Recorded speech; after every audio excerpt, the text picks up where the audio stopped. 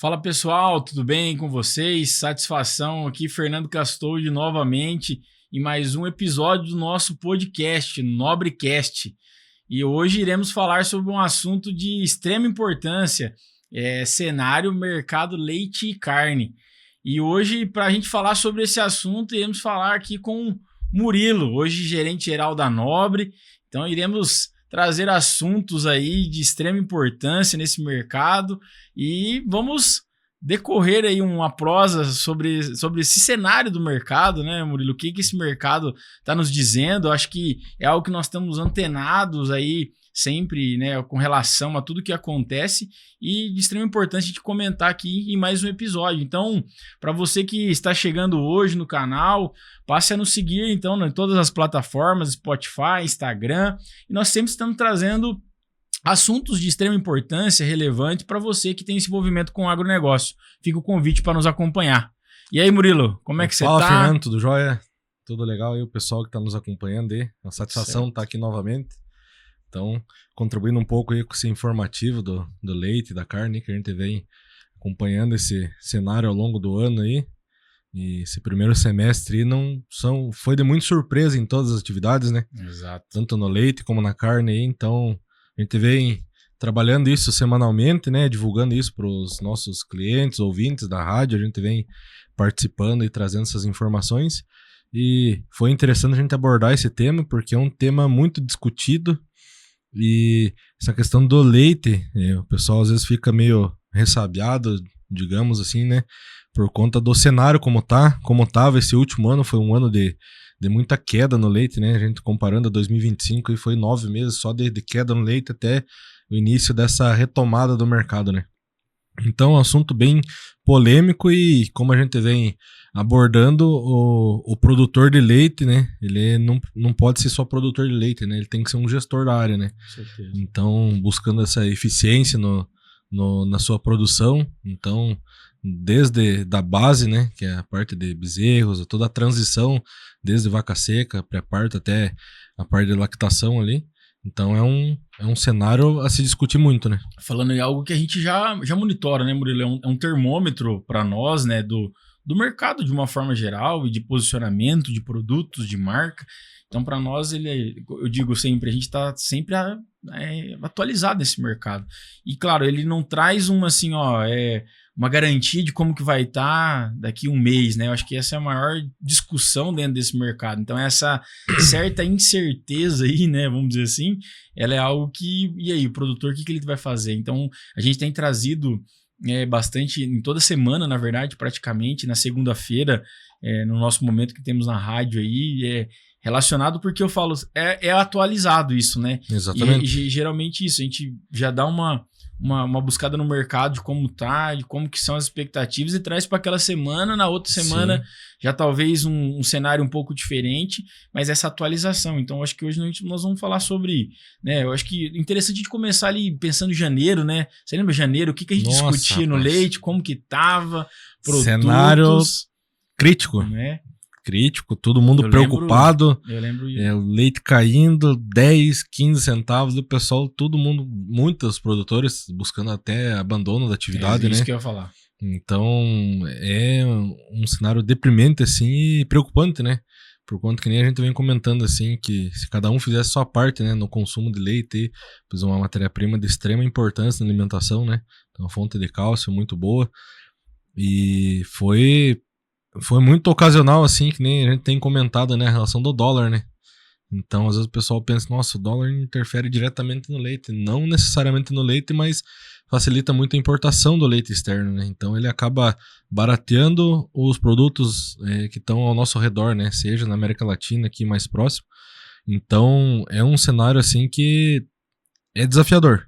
A gente tem que buscar alternativas para que a gente fique competitivo, traga soluções para os clientes, né, para que ele consiga se manter na atividade e propriamente dito a gente também, né? Então a gente vive do leite, vive da carne, então, a gente comentando referente ao dólar, né, ele não interfere diretamente na venda do nosso leite, mas na compra das commodities, né, que faz parte da nutrição. Regula o mercado, né? Exatamente, então é um cenário bem, bem crítico assim, mas graças a Deus, a gente tá conseguindo contornar a situação, né? O produtor vem assim já consegue ver aquela luz no fim do túnel, né?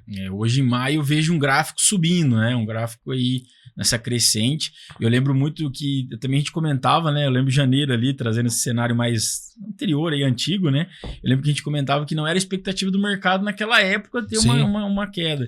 Então talvez o produtor não estava esperando e aí veio só quedas constantes, aí o produtor já começa a ficar, né, nessa dúvida como diz ele, é o... Não, e o produtor, né, nessas dificuldades, ele começa a buscar alternativa de todo lado, né? Exato. Então, o que a gente vem acompanhando, assim, na questão dos intermediários do produtor ao consumidor, né? Que seriam os laticínios, as cooperativas.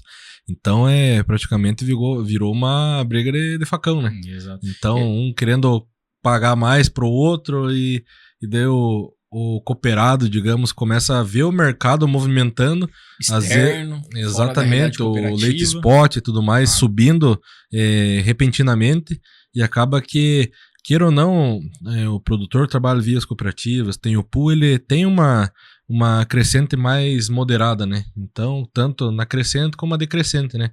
Então, às vezes o produtor vê o pico do leite subindo lá em cima, a cooperativa começando a dar aquela leve reagida, porém, tardiamente isso, se acontecer da queda do leite, também é mais gradativo, né? Sim. Então, o produtor também já está mais acostumado com isso, mas já liga um alerta, né? Pensando como que vai ficar o mercado, então eu tô recebendo menos pelo meu leite, os custos estão altos, e daí o vizinho que entrega pro laticínio tá melhor, como que fica? Mas tem que se preparar muito para esses momentos, né? Que nem a gente vem comentando na questão da eficiência produtiva, né? Sim. A gente vem batendo muito na tecla dessa eficiência, né? Até às vezes fica um pouco repetitivo, mas é o que mantém o produtor na atividade, né? O negócio, com certeza. O produtor ele tem que estar com esse olhar, né? Eu falo assim, Murilo, em momentos de queda, em momentos que o leite tá ruim, que é o nosso regulador de mercado, acho que é um assunto que a gente vai falar bastante hoje, eu falo, a gente vê esse êxodo, né? Saída de produtores da atividade. Com certeza. E eu falo assim, só fica nessa atividade quando a gente tem queda e preço, o produtor que ele tá organizado, planejado, que ele planejou a safra, que ele planejou, ele tem um caixa para uma gordura para queimar, porque é um momento que é igual aquela história, o chacoalho das árvores ali, só fica as frutas que estão mais firmes mesmo, porque as que já estão meio ali naquele cenário, elas saem. Uhum. Mas isso também eu vejo também como outra oportunidade, porque daí você tem um produtor que realmente ele tá mais estruturado na cadeia. Claro que a gente quer que todos se mantenham, Sim. mas eu falo que é importante novamente ele olhar para daí, ó, eu preciso estar organizado, eu preciso estar planejando, eu não preciso só apenas pensar que eu vou lá, vou tirar leite e vou entregar e é isso, né? Tem que ter tratar como uma empresa, né? Com certeza. Falo, e no Brasil ainda, né? Até a gente trata produtores rurais, não em todos os estados, não como um CNPJ, não como uma empresa, né? Sim. Ele trata, às vezes, eu não tava ali, eu caí nessa atividade. Exatamente. E eu falo, e quando você vê um negócio mais estruturado, ela tem uma certa permanência. Então, isso é de extrema importância. Eu lembro sempre também dos nossos produtos, né? Eu faço sempre os links porque nós entregamos. Uhum. Porque se nós entregássemos só produto também, não, né? Beleza, seria uma empresa, mas quando nós trazemos conhecimento técnico para o produtor, quando nós trazemos informação, exatamente, eu falo, isso é também um pouco do que nós podemos contribuir para essa cadeia que nós estamos inseridos. Então, eu vejo sempre isso e eu falo assim, e eu chego na realidade de propriedade, eu vejo que já está num cenário daquele, é notório. Então, o planejamento, a organização de uma propriedade, aí hoje ela tem que estar à frente, eu acho que para tudo acontecer com uma certa saúde, né? Senão vai acontecer isso, momentos de queda.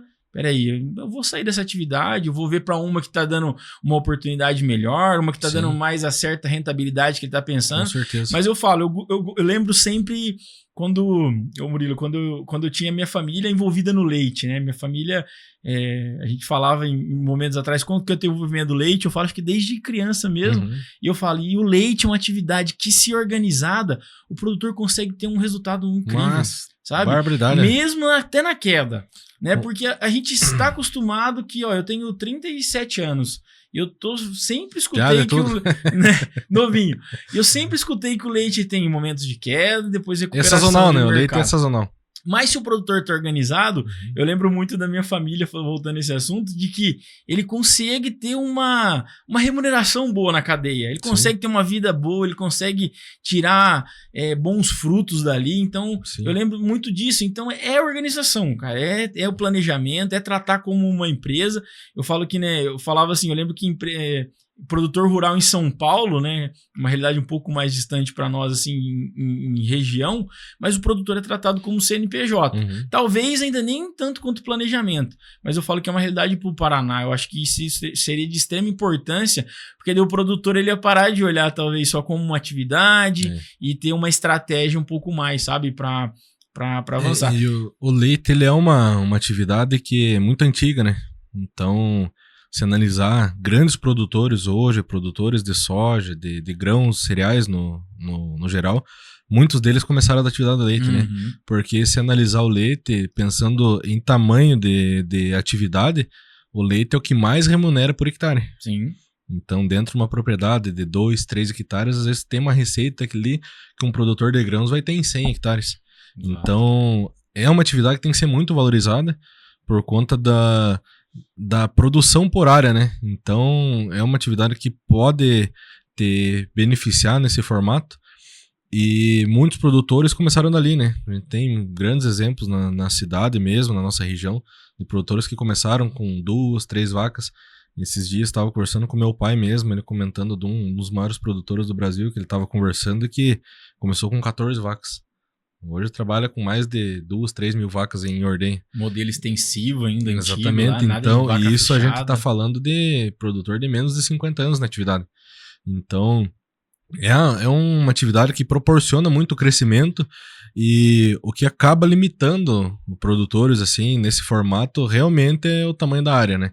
Porque começa a encontrar dificuldades com produção de forragem, com limitação de espaço para armazenar esses animais, destinação de dejetos, né? Então, é uma cadeia bem completa, digamos assim, que começa no campo e termina no consumidor final na casa, né? Sim. Então, o que traz muita gratificação para a gente como empresa, como grupo, assim, é a gente poder proporcionar esses produtores que estão entre o pequeno ao médio produtor, ou do médio ao grande ali, essa praticidade e garantia de fornecimento de forragens, né? Então, a empresa, hoje a Nobre, desde quando não era Nobre até a gente chegar, né, nesse padrão, a empresa há mais de 50 anos produzindo forragens, né? Então, uma extensa experiência, desde a produção da forragem mais simples até a mais tecnificada, né? Então, a gente tem uma área produtiva muito grande, então a gente consegue passar essa comodidade aos nossos clientes. Então, a gente diz assim, que nem a gente comentando na questão do mercado, ficar volátil, essa sazonalidade, a custos altos, né? Os modelos de contratos que a gente traz para esses clientes, né? Então, o cliente não ficar volátil para o final do ano, eu quero comprar silagem, putz, chegou o final do ano, pagando silagem extremamente caro, porque realmente é a lei que manda, oferta e demanda, né?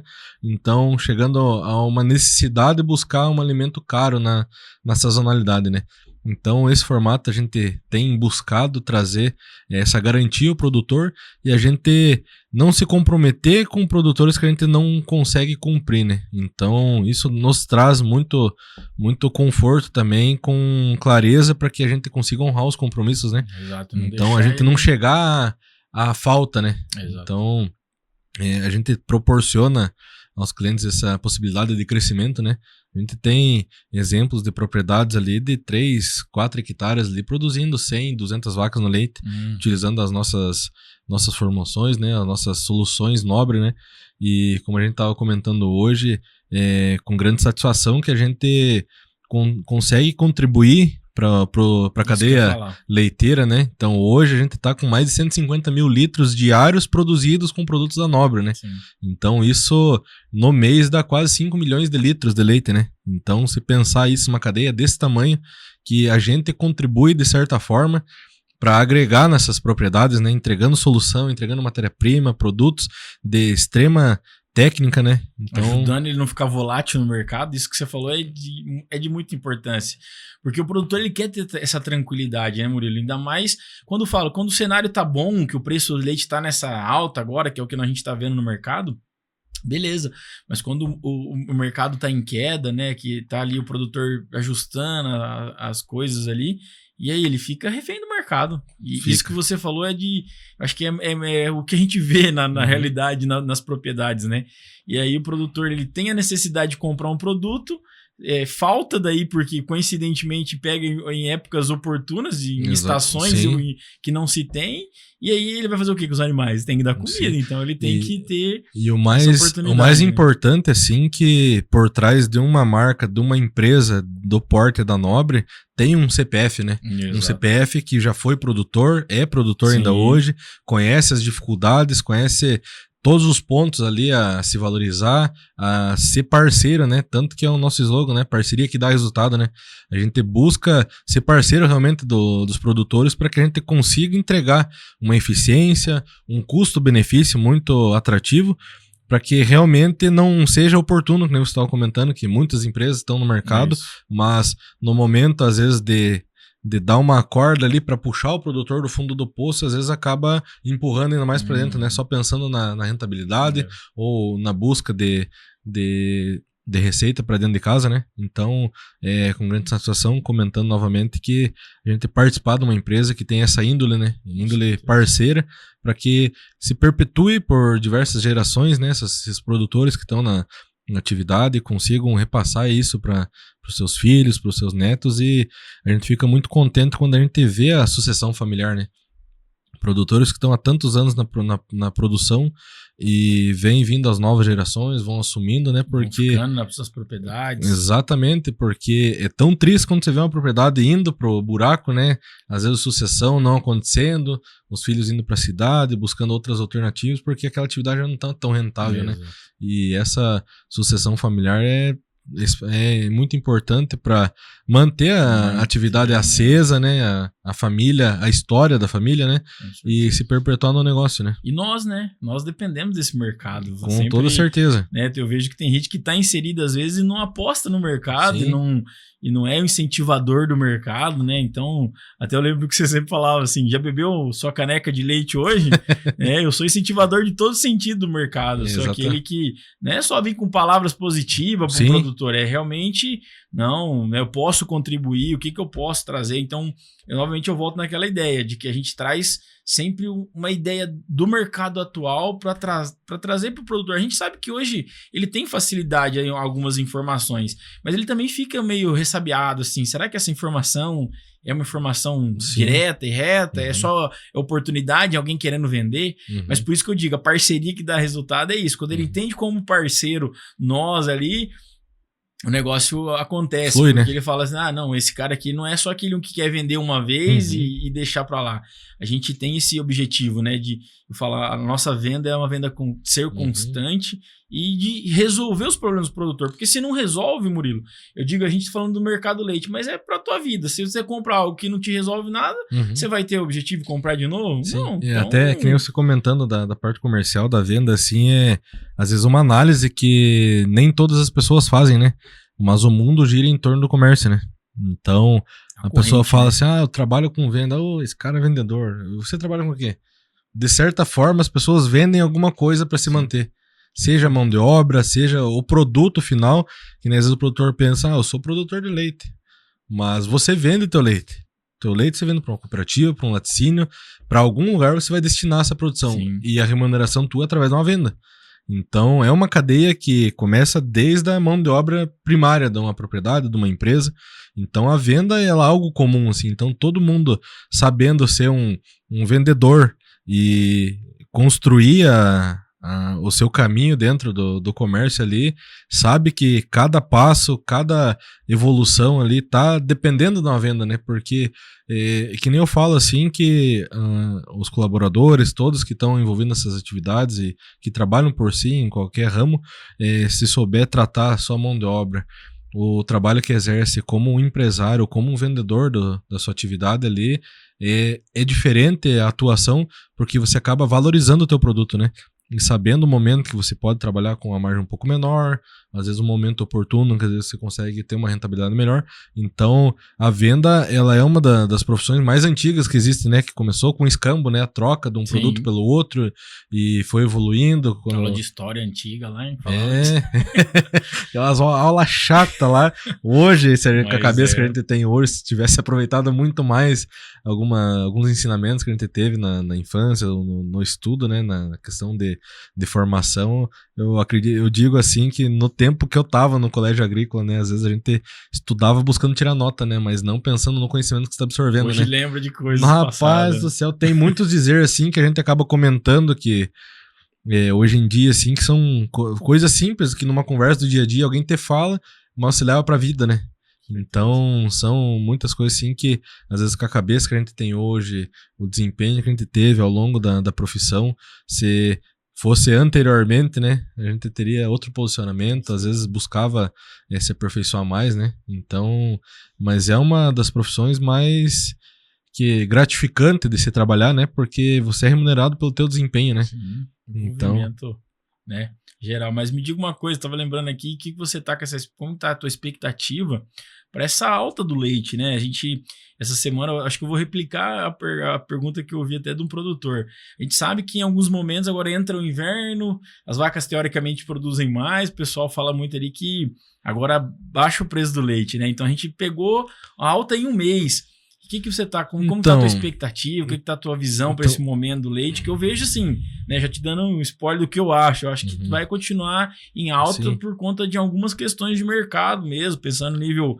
nível Brasil, né, isso. E regional, né, o que acontece, que nem a gente vem comentando, que o leite tem essa sazonalidade, né, o produtor já tá acostumado com altos e baixos ali, então não é uma... regular ali, que sempre vai ser aquele patamar, né? Mas, às vezes, o produtor regional nosso está muito acostumado com o mercado regional, né? Então, como a nossa região é uma região muito, muito positiva, assim, na questão de oferta de alimentação, a gente tem o privilégio de poder trabalhar com forragens de inverno, né? Que são de extrema importância para a nutrição, mas, pensando a nível Brasil, o que acontece? Pensando no norte ali, regiões mais quentes, né? Chega no inverno, que pra gente é muito benéfico pela oferta de forragens que a gente tem, né? Desenvolvendo azevém, aveia, trigo, silagem, enfim, todas essas diversidades de forragens. Mas no norte é diferente a situação. Então é o inverso, né? No norte, no verão, o pessoal tem muita oferta de forragem, seja pastagem diversas que pode trabalhar, da mais simples até uma mais tecnificada, mas chega no inverno os pastos secam, né? Então, o produtor que não está bem estocado com silagem, não tem uma fonte de fibra de qualidade para estar trabalhando no inverno, acaba que a produção cai muito, né? Então, como eu sempre venho falando, às vezes fica meio redundante a gente falar sobre isso, mas a lei mais antiga, né, que é da oferta e demanda, então, se diminuiu a oferta de forragens que o produtor pode manter aquele nível de produção, cai a oferta do leite no mercado, né? E a demanda aumenta. Então, o que acontece com o produtor do sul, ele tem que surfar essa onda, né? Porque ele pega um momento oportuno que tem baixa oferta de leite no mercado e que ele consegue produzir mais, ainda com custo às vezes mais baixo, é o momento de puxar dinheiro com o rodo, né? Que a gente fala, né? Então, essa sazonalidade para o sul ela é muito positiva porque, consequentemente, é o momento que ele pode produzir mais, né? Então, é uma oportunidade para o produtor da nossa região. Eu vejo o mercado a curto, médio prazo muito positivo para o leite, né? Não comparando ao último ano, mas o cenário que a gente vem acompanhando esse ano, né, que vem de muita queda, comparado ao ano anterior, a gente ainda está muito baixo das expectativas, né? Mas pensando a curto, médio prazo, o leite tem a tendência a chegar próximo de julho, agosto, ali no pico de preço, né? Então, atingindo próximo dos 3 e pouco ali, quem sabe até mais, né? A gente não tem como prever, o mercado é diário, né? Mas essa previsibilidade que os estudiosos passam, que a gente consegue ter uma noção e acompanhando o mercado, principalmente, essa alta do leite, ela vai existir. Porém, como a gente vem comentando, o produtor tem que estar muito safo, né, nessa situação, né? Pensar com cautela, não agir na emoção do momento, para que não venha fazer investimentos desnecessários nas propriedades, né? Pensando em crescimento, com certeza, mas com cautela. Então, buscando essa eficiência que a gente comenta, produção maior por vaca, né? Não, às vezes, aumentando o plantel, claro, se tiver oportunidade, ok, é válido, mas com essa cautela, buscando ser eficiente na propriedade, porque, que nem a gente comenta, se estocando é o inverso, né? Se estocar bem no inverno agora, que tá com uma oportunidade muito boa de mercado, de preço e de oferta de nutrição, mas porque no momento da baixa, que seria o inverno ao contrário, né? Que seria preço mais baixo, oferta de mais leite no mercado, preço cai e tudo isso que envolve, para que ele tenha, que nem você comentou, uma gordurinha ali, para que ele passe aquele período seco um pouco mais confortável e não sinta tanta essa diferença do preço, né? Então, é muito disso. O produtor hoje ele não pode pensar só na produção que ele está tendo, mas sendo eficiente, vendo a nutrição que ele trabalha, questão de estrutura, mão de obra e tudo mais, realmente afiando o machado durante esse período, né? Para que no momento mais dificultoso ele esteja preparado para passar o tempo seco, digamos, né? Isso aí, então informação quente pro produtor ali, ó. Momento de estocar agora. Abastecer o celeiro, né? De fazer caixa na propriedade, exatamente. De estar estabilizado para um futuro, né? Que é o que a gente já sabe desse alta e baixa do leite. Então, eu sempre lembro também, a gente fala muito do leite, né? Claro que ele é o regulador do mercado, e eu vejo também o aumento também nos derivados do leite, né? Sim. Na indústria láctea, de uma forma geral, eu falo, até por conta das parcerias que nós temos também com indústrias aí, eu vejo muita crescente no aumento, no consumo dos derivados, né? Então, o queijo, propriamente, a gente vê queijarias se estabelecendo forte na região, tendo um potencial de remunerar melhor o produtor e o produtor optando também por esse meio. E as próprias indústrias maiores também, deixando talvez um pouco menos, né, do leite, né, o convencional que a gente está acostumado, e partindo também para beneficiar o leite e ter os seus derivados, né? Sim. Que isso acaba conseguindo você matar um pouco essa curva na queda e ter uma remuneração melhor para o produtor, né? Eu falo sempre isso, o produtor, eu lembro que em algumas visitas ele fala, mas a indústria está querendo penalizar a gente, né? Porque ela fica com resultado. Então, o produtor tem que perder esse conceito quando você vai tendo uma industrialização do leite, né? Sim. Então essa industrialização não é só embalar ele, colocar numa caixinha, no saquinho. É fazer, né, algo que a gente encontra nas prateleiras do supermercado, são os queijos e tantos outros derivados do leite que acabam remunerando bem a cadeia. Mas eu acho que é interessante a gente falar também, Murilo, sobre um assunto aí, falando bastante do leite, né? Vai falar de um assunto carne, fala Nobre aí. Nós atendemos esse mercado também, né? Eu falo que para nós é um mercado, nós estamos na cidade do leite, então parece que eu falo que aqui nós respiramos leite, né? Então a gente vai para o campo, é vaca, né? A gente encontra corte também, mas eu acho que é importante comentar algo também sobre esse mercado, principalmente pensando nessas altas que está tendo no mercado da carne. Histórica, né? E a gente sabe que o produtor ele vai buscando essas oportunidades. A gente então falava de Beef on Dairy e outras questões que eu acho que é importante de comentar um pouco também. Com toda certeza. Essa oportunidade no corte. O corte, ele tá um mercado em alta, né? Então, como a gente comentou no leite, a questão do dólar, pro corte ele acaba favorecendo muito. O que acontece com os países vizinhos, quando o dólar tá baixo referente ao leite, tá acontecendo com a gente na carne, né? O dólar baixo tá favorecendo muito a exportação da carne brasileira, né? Já é algo que são um dos maiores exportadores de carne a nível mundial, né? Mas isso acaba favorecendo muito a exportação, que a carne acaba barateando, aumenta a demanda e, consequentemente, a gente está com uma oferta baixa de animais no mercado nacional, e isso tem favorecido muito para a crescente da arroba do boi, né? Então, como a gente vem comentando, a gente bateu o valor histórico da arroba, né? Esse mês, né? Mês de abril foi, né? Isso, mês de abril a gente bateu o recorde, né? Do valor da arroba. Isso se dá muito por esse mercado, como eu estava comentando. E o que acontece? Até a questão da baixa oferta de animais se deve muito a algo muito antigo que vem acontecendo, né? Os produtores de cereais foram invadindo muitas propriedades, né? Então, áreas às vezes que era cultivado pasto, tinha muito gado de corte, o pessoal foi acabando que aumentou muito a população a nível mundial, que derivou muito ter essa demanda maior de produção de grãos, né? Sejam elas diversas variedades, né?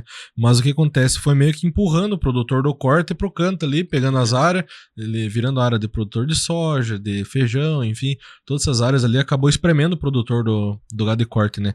Só que isso tá se revertendo, né? Então, essas altas acabam estimulando produtores que não trabalhavam mais a retornar à atividade. Sim.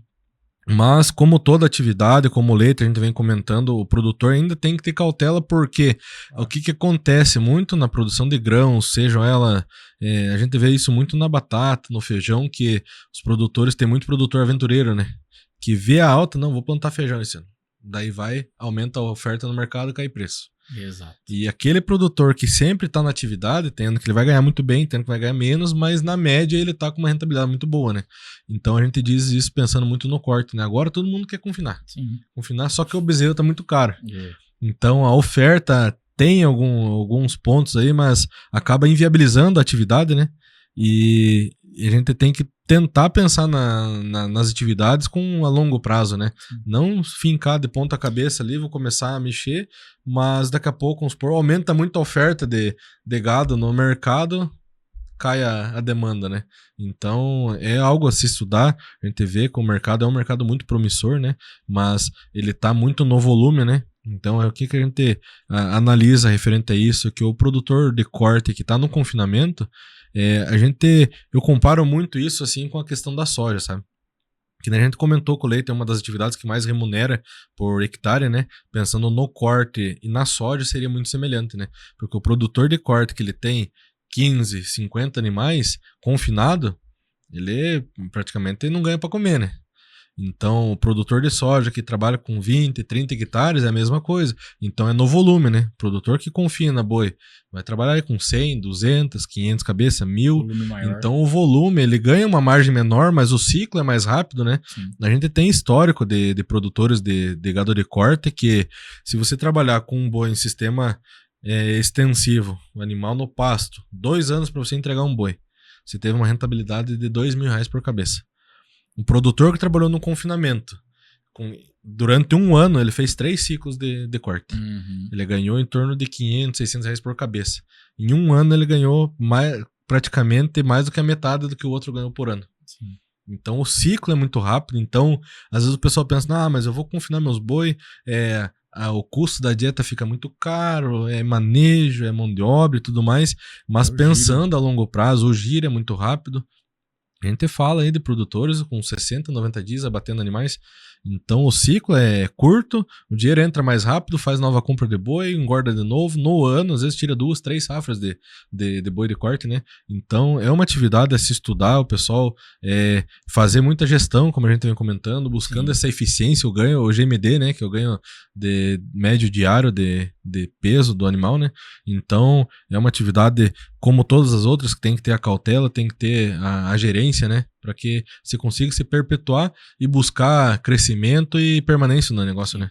Esse ciclo pecuário que você comentou, eu lembrava de um assunto bem, bem importante e já era previsto, tá, Murilo? Essa alta do boi agora, né, por conta você falava do bezerro, ciclo pecuário. Exatamente. Eu lembro que há 3 anos atrás, mais ou menos, aí não vou lembrar a data certinho, mas já acompanhando esse mercado, o pessoal, principalmente na região mais norte do país, Mato Grosso do Sul, teve um alto índice de abate de vacas. E o pessoal falava, olha, esse mercado vai faltar bezerro daqui a 2 ciclos pecuários, porque a gente fala um bezerro de 12 meses, mais 12 meses, 2 anos ali. E parece que foi realmente o que aconteceu. Você olhar, né, a gente está falando do mercado atual agora, em 2026, maio aí, mas se você olhar para essa realidade, foi o que aconteceu. Hoje a gente está falando de bezerro caro, mas por quê? Porque está faltando bezerro no mercado, que é o animal que a gente vai engordar para ter, né, fechar esse ciclo. Então eu falo isso, hoje a falta de vaca diminui a quantidade de bezerro e né, isso falando em grandes quantidades, que reflete no mercado a nível nacional. Então, né, talvez nós fomos olhar aqui na região, você não vê tanta vaca criando. mas se você pegar no nível Mato Grosso, que a gente está dizendo, é extensão e Muita matriz, né? muita matriz, exatamente. Mas que, olha lá, faltou a vaca, faltou o bezerro, que agora chegou... É uma reação em cadeia, né? Nos 24 meses que a gente teria um animal com peso que a gente quer de abate. Então, eu falo, vem, por isso que é importante, novamente, acho que para fechar isso aí, a gente acompanhar esse mercado, realmente, né? A gente falou um pouco do corte, bem menos do que do leite, mas novamente, o quão importante é estar antenado, né, nos dois mercados aí. Com certeza. E como no leite, né, a gente está inserido no corte também, e o que a Nobre como empresa, como indústria tem a fornecer para esses criadores, né, é praticamente o mesmo formato do leite, né? Exato. Então, o produtor precisa de oferta de forragem, a gente tem, precisa de núcleo mineral, a gente tem os premix, né, que a gente vem trabalhando, então, parte personalizada também, né? Então, a infinidade de ingredientes que a gente trabalha, a gente consegue atender qualquer cadeia, né? Então, que nem a gente tem comentado de mamanda caducando, né? Então, desde o bezerro caiu da vaca, opa, temos como atender, né? Então, essa importância que a gente deixa salientando, né? Que o produtor esteja preparado, que a gente também está preparado para estar atendendo, entregando o melhor desempenho possível, né? A gente tem equipe técnica especializada para isso, para estar mensurando, trazendo oportunidades, eficiência na atividade, né? Então, seja pensando no corte, desde a cria, recria, engorda, né? A gente trabalha com isso e buscando essa eficiência e entregando essa praticidade ao produtor para que ele tenha menos trabalho e consiga ter maior retorno, né? Então, pensando a nível hoje, como a gente está, a questão, digamos que um problema mundial, praticamente, a questão de mão de obra, né? A gente entrou numa equivalência que quem não está trabalhando hoje é porque está escolhendo serviço, né? Não é porque está faltando, né? Então, hoje a mão de obra é bem escassa, a praticidade que a gente pode entregar com os nossos produtos, seja ele em fardo, em saca, ou bag, a granel, então todas essas possibilidades que a gente entrega para facilitar a vida do produtor no campo, né? Então, conte com a Nobre, parceria que dá resultado, né? Isso que eu ia falar, então, né, partimos para o nosso momento final aí no nosso episódio de hoje e deixa uma mensagem aí pro produtor, né, com todo esse assunto que nós falamos, para a gente finalizar esse episódio aí sobre mercado, produtos, enfim, tá contigo aí. Então, todo produtor da região nível Brasil, a gente fala, né, a nossa região é bem extensa, onde a gente não tem consultor, a gente está disponível a se deslocar, dar esse atendimento. Então, conte com a Nobre em todas as fases da sua criação, seja gado de leite, corte, linha de equinos. A gente está presente em toda a cadeia pecuária, então presente em vários estados a gente está atuando, temos uma filial em Tupaciguara, Minas Gerais, também trabalha com um portfólio diferente do que a gente tem na região, mais pela oferta, né, de forragens e de matérias-primas, né? Sim. Não é uma região tão promissora assim, pensando na oferta que a gente trabalha aqui, mas atendemos produtores a nível Brasil, então buscou eficiência, qualidade em nutrição, conta com a Nobre, parceria que dá resultado. Isso aí então, Murilo, satisfação estar contigo nesse episódio aí, trazendo um pouco desse mercado que nós estamos inserindo e nos acompanhe para mais, né? Então convido novamente você aí a curtir as nossas páginas, né? Estar seguindo aí Instagram, Spotify, e nós teremos mais assuntos relacionados a esse mercado que nós estamos inseridos. E seria isso, pessoal. Forte abraço a todos e até o próximo episódio. Até logo. Valeu.